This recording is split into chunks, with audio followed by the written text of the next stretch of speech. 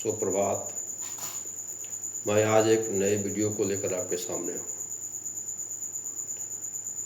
अभी हाल में 2 दिन पहले जो संसद भवन के आसपास दिल्ली में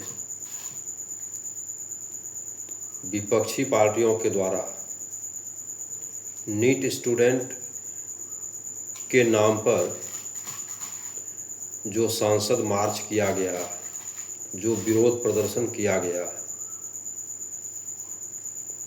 कहने का तो वह अहिंसक था, लेकिन ये सिर्फ कहने का था। और नीट के छात्र मुश्किल से 100 भी नहीं थे।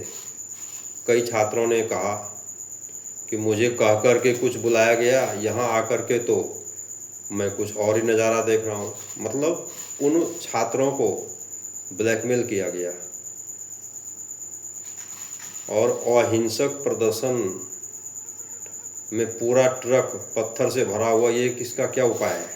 ये क्यों? इसका क्या कारण है? ये क्यों लाया गया था?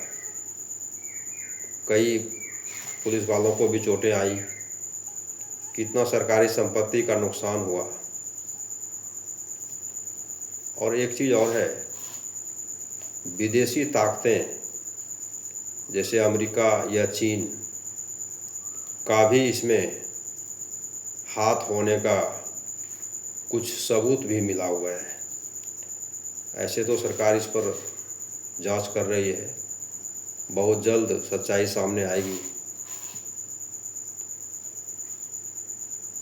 तो कहने का अर्थ है कि सरकार के सामने आप विपक्ष के पार्टी हैं, आपको विरोध जताने का हक है, लेकिन किसी बच्चे के कैरियर के साथ ब्लैकमेलिंग का अधिकार आपको नहीं है।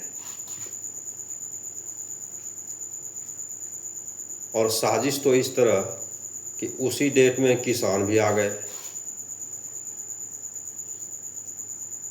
ये कॉकरोच जनता पार्टी जो सीजेपी है, हम तो कहते हैं ये कीड़े मकोड़े की पार्टी है, कुछ नहीं है यहाँ। ये सब विदेशी फंडिंग पर चलते हैं और अब पूरा विपक्ष भी मिल करके महागठबंधन तो फेल हो गया, कहीं कुछ नहीं रहा। अब ये विदेशी ताकतों का सहारा लेकर के बच्चों को ब्लैकमेल करके, किसानों को ब्लैकमेल करके चाह रहे हैं कि सरकार का तख्ता पलट करें। भाई आप ये समझ लो, ये कोई बांग्लादेश और नेपाल और श्रीलंका नहीं है। उन देशों की जितनी आबादी है उतनी हमारे देश में सैनिकों की संख्या है। ये 140 करोड़ का देश है। 1% लोग भी वहाँ नहीं पहुँचे थे और वो भाड़े पर लाए गए थे।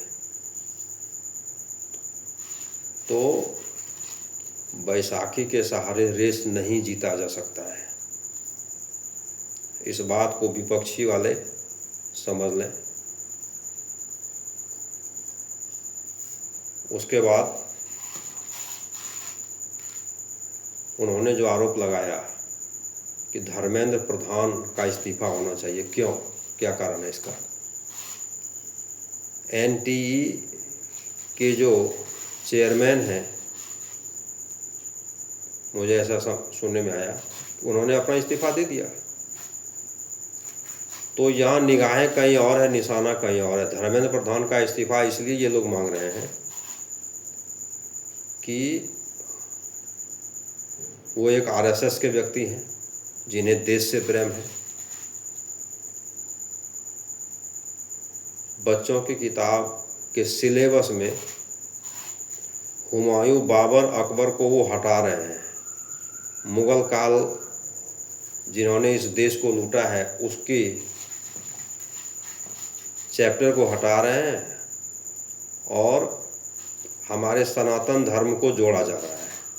इसलिए इन विपक्षी पार्टियों में बौखलाहट हो गया है, क्योंकि हैं तो ये भी उसी तरह के लोग। इन्हें कैसे पचेगा देशभक्ति?